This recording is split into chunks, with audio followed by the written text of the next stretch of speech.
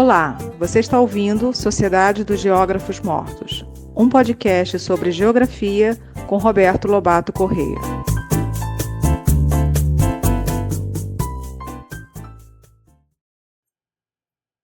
Olá, gente boa!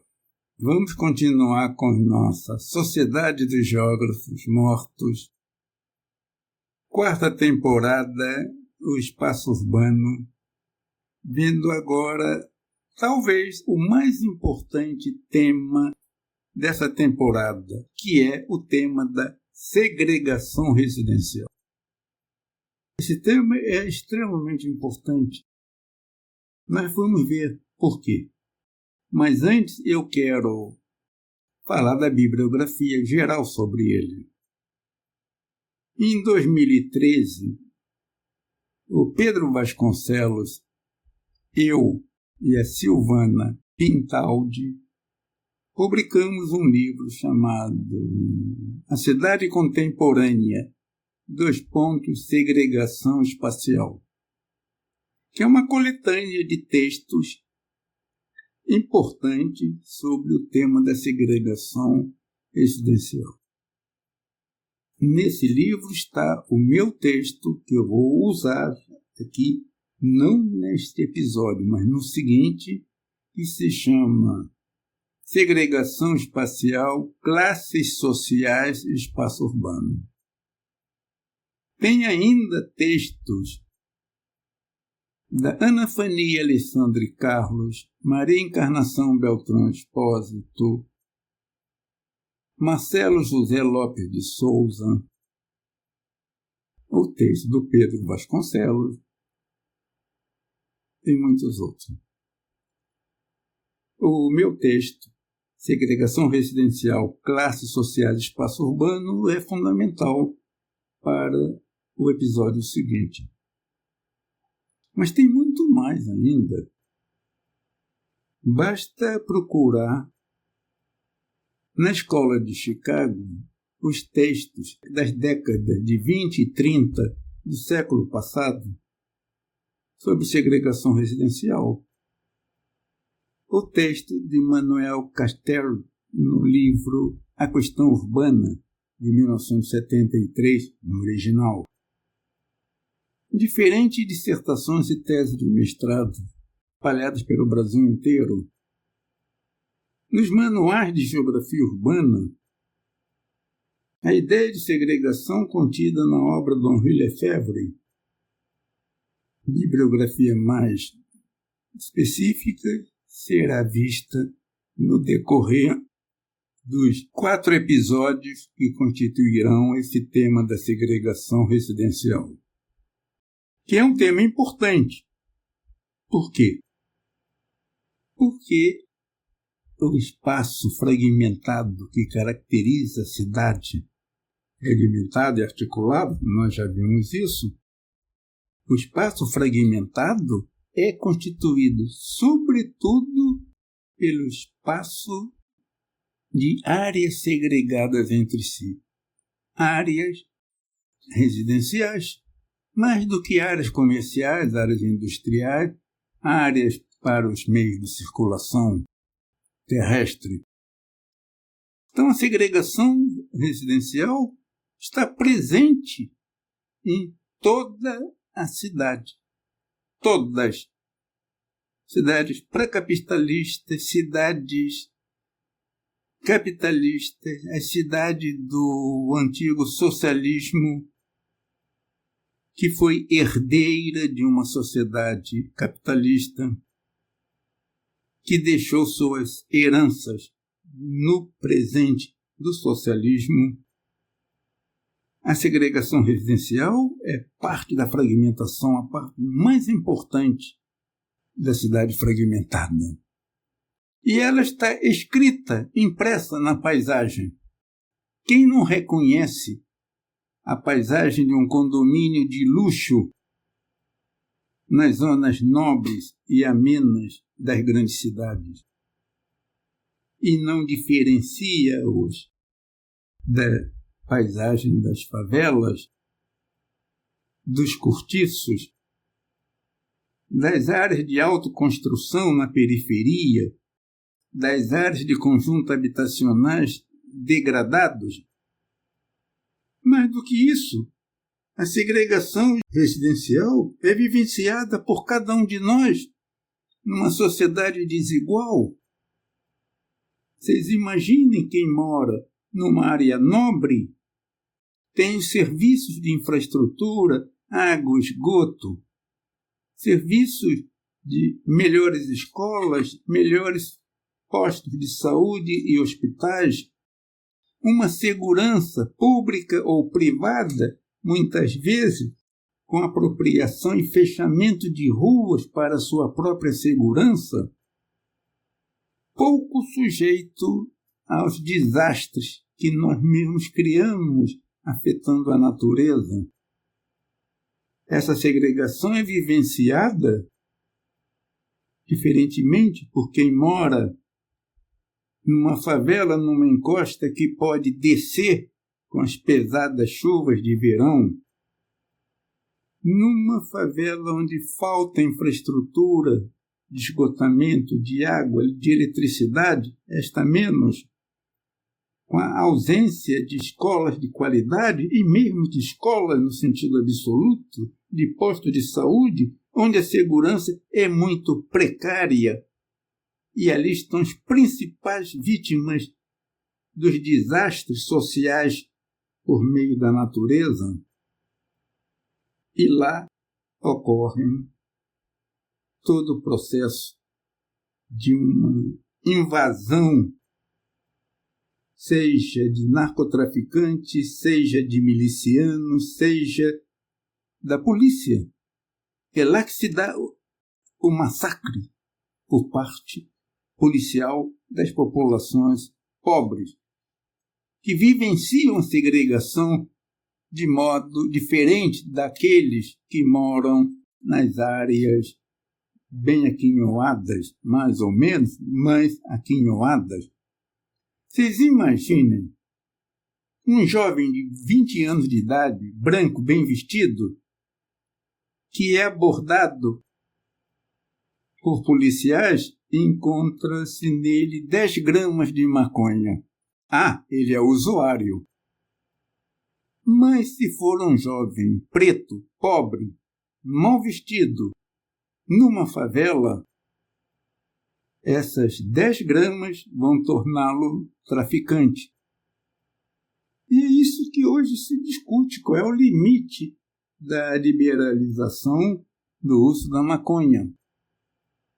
É uma discussão que não está destituída da espacialidade social, das diferenças e desigualdades sociais postas no espaço via segregação residencial. Então, esse é um tema que nos interessa, porque, queiramos ou não, nós vivenciamos de modo diferente a segregação residencial. Mas o que é segregação residencial? Eu vou dar aqui a definição do Manuel Castells, de 1973, publicado na França. Ele é espanhol, mas esse trabalho foi publicado na França.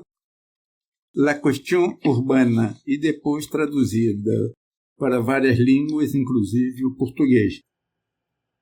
Manuel Castells, ao discutir a segregação residencial, ele fala: segregação residencial é a tendência à formação de áreas sociais homogêneas internamente e heterogêneas entre si. Vamos discutir essa definição.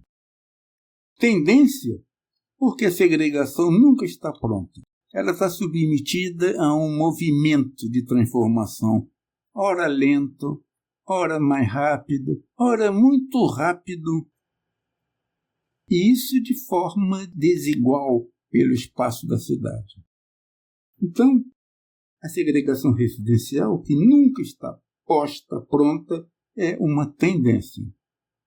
a formação de áreas sociais, áreas qualificadas do ponto de vista social, e que são áreas internamente tendendo à homogeneidade, ou seja, com grande semelhança. Semelhança não é sinônimo de igualdade. Semelhança entre os seus moradores e distintas em relação às outras áreas sociais. É como se nós tivéssemos uma área onde moram os azuis. Azul claro, azul turquesa, azul escuro, azul royal, mas tudo é azul. E noutra área moram os vermelhos, os cor-de-rosa, os vermelhos claros, vermelho escuro, vermelho muito carregado. E outras áreas onde moram os verdes, de todas as tonalidades. Elas são relativamente homogêneas internamente. A área dos azuis, dos vermelhos, dos verdes. Não precisa ter verde e amarelo não, tá? Que são internamente homogêneos e heterogêneos entre si. Lembro que homogeneidade e heterogeneidade não significam uma uniformidade ou diferenciação absoluta entre os participantes, entre os membros de cada unidade de área. Então, a definição do Castelli sobre segregação residencial, vejamos de novo, é a tendência à formação de áreas sociais internamente homogêneas e heterogêneas entre si. Ponto. Essa é, me parece, a definição mínima e mais geral, extremamente útil, sobre o que é segregação residencial.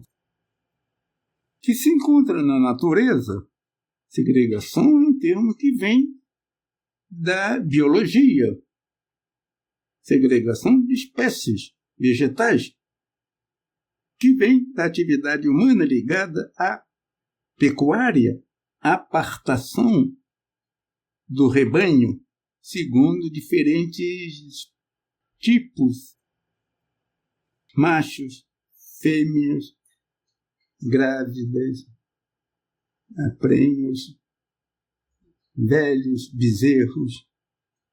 E de apartação vem, para o holandês da África do Sul, a palavra apartheid. Tudo isso significa segregação, que é um termo consagrado. Então, essa é a definição de segregação residencial. Agora, eu falei de áreas sociais. Quais são os atributos dessas áreas sociais? Há vários atributos sobre isso. Veja-se a esse respeito o meu texto chamado Áreas Sociais, avaliação e perspectivas, que foi publicado na revista GeoUSP por volta do ano 2000, em que tem uma discussão sobre o conceito de segregação residencial via áreas sociais e áreas sociais que emergem de uma mudança do conceito da Escola de Chicago chamado de áreas naturais e que eu pretendo discuti-lo trazendo para o território brasileiro. Quais são os atributos da segregação? E aí nós vamos distinguir entre indicadores e variáveis. Indicadores são construções teóricas e variáveis, construções operacionais. Por exemplo, o indicador renda pode ser operacionalizado por meio de várias variáveis.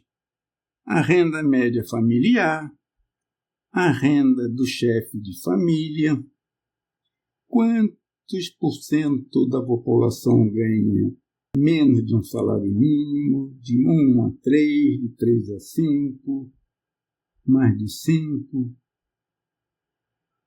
ou variáveis que se aproximam, proxies, como o número de veículos automóveis particulares com menos de 20 anos de idade por quarteirão.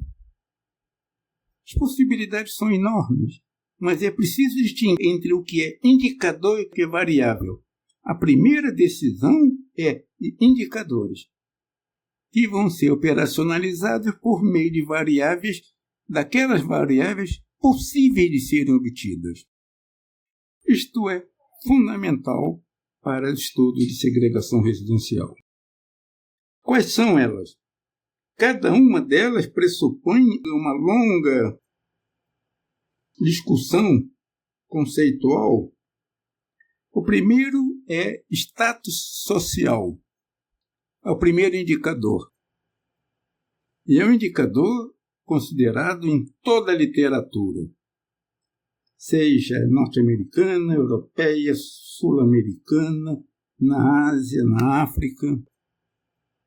Status social ou status socioeconômico, ou status econômico, e que envolvem subindicadores como renda, mensurável por meio de várias diferentes variáveis, renda, educação, pessoas com ensino primário completo, pessoas com ensino fundamental completo, pessoas com nível superior completo, e assim por diante.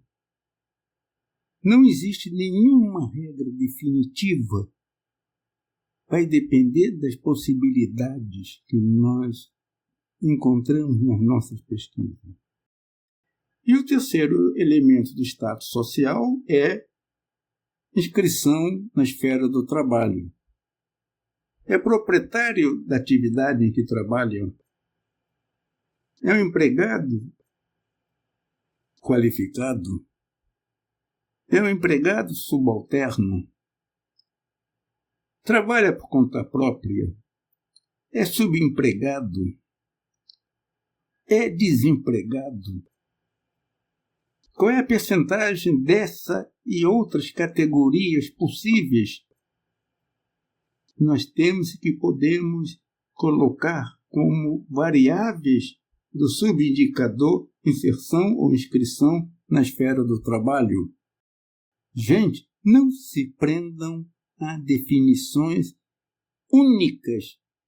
Usem a cabeça e vejam o que pode descrever cada um desses indicadores e subindicadores. Então, primeiro é status social. Segundo é estrutura familiar. Número de mulheres na força de trabalho. Taxa de fecundidade, isto é, número de filhos por mulheres entre 15 e 45 anos de idade. Número de mulheres, ou percentagem de mulheres, que é o chefe de família, que é uma coisa que nos últimos 30 ou 40 anos tornou-se cada vez mais significativo no Brasil.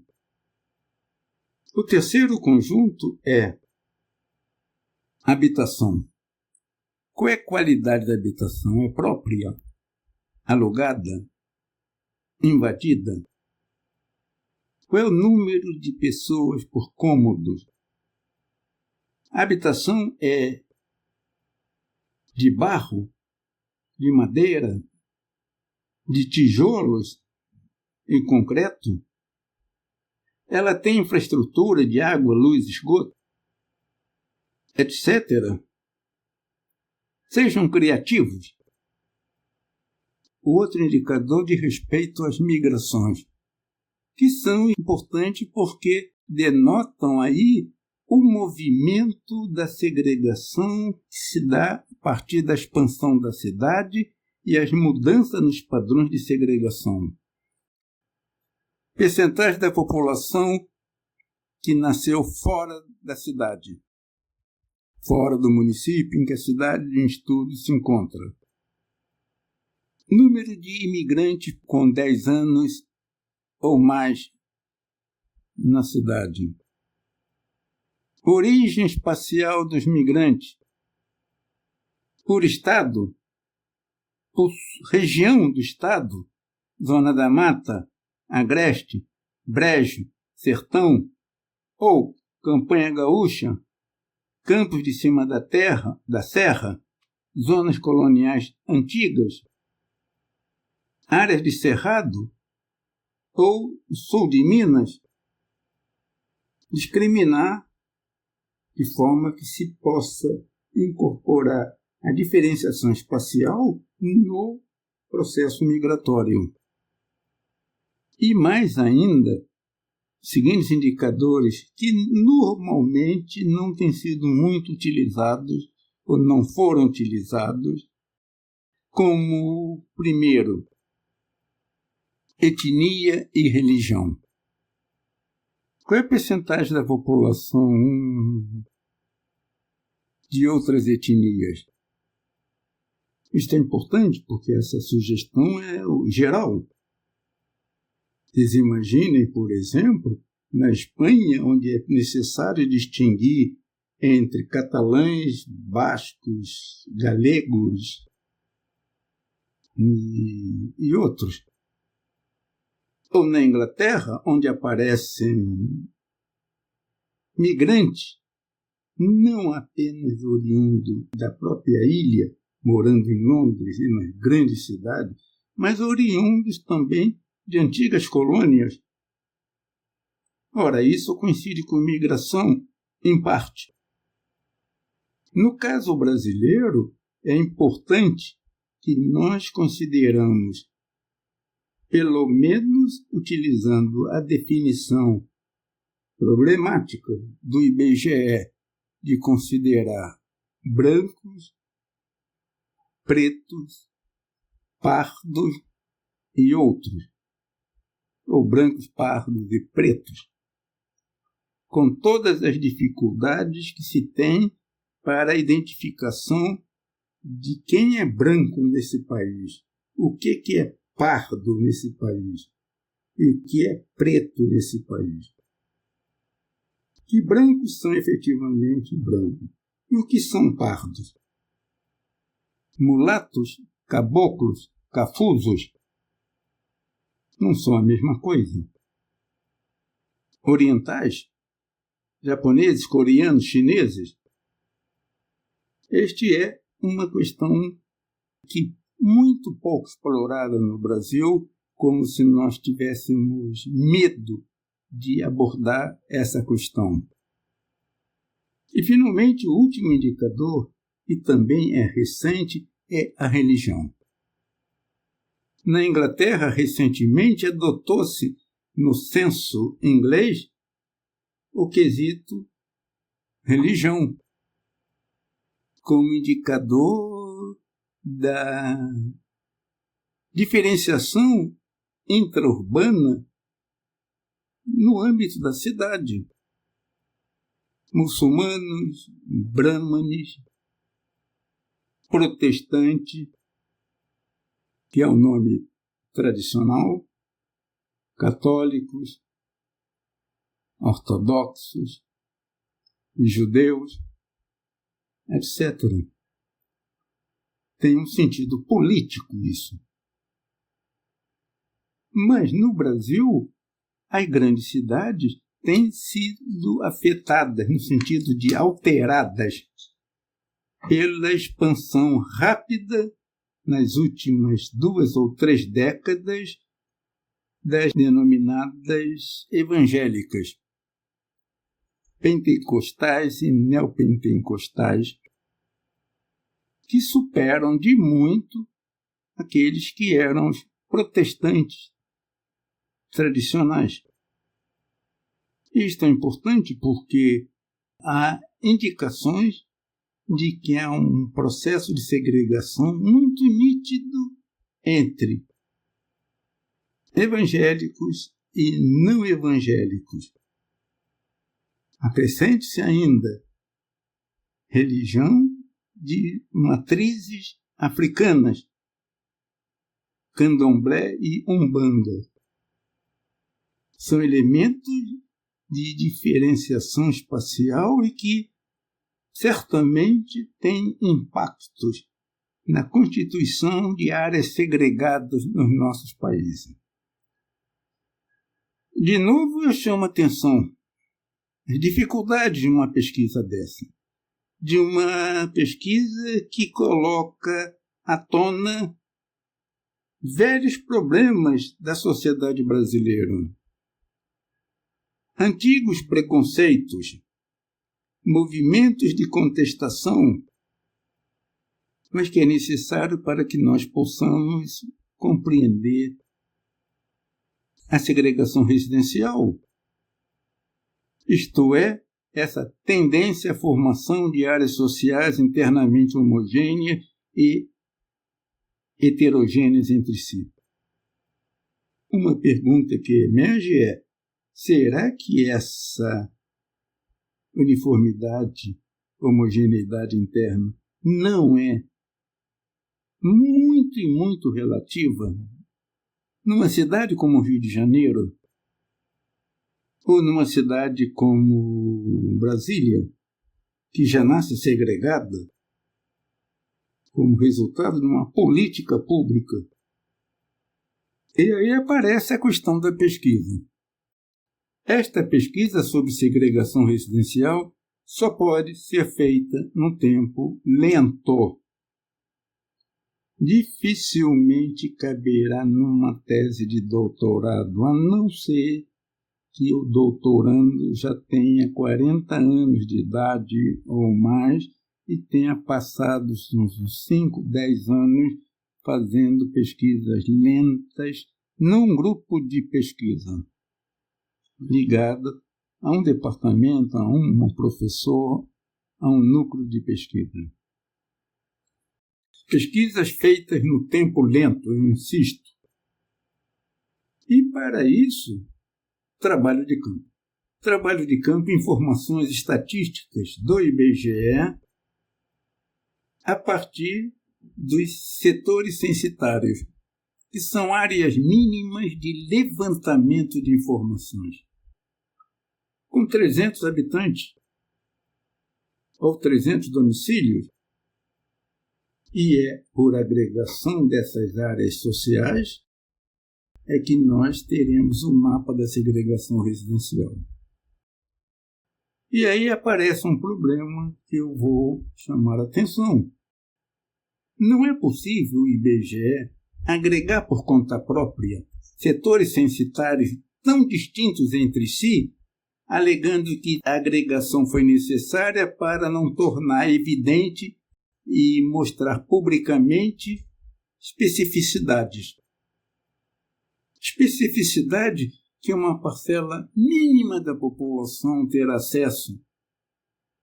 E uma parcela desses que tem acesso terão acesso melhor através da Receita Federal, através de outras fontes sobre as características sociais da cidade. A não explicitação, a não manutenção de setores censitários, de coleta como setores censitários de informação, é problemática. Mas isso os IBGEanos sabem há mais de 30 anos.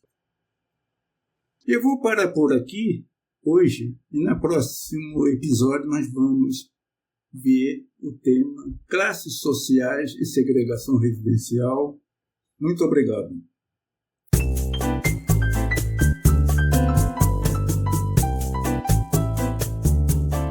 O podcast Sociedade dos Geógrafos Mortos tem produção de Rafael Lia.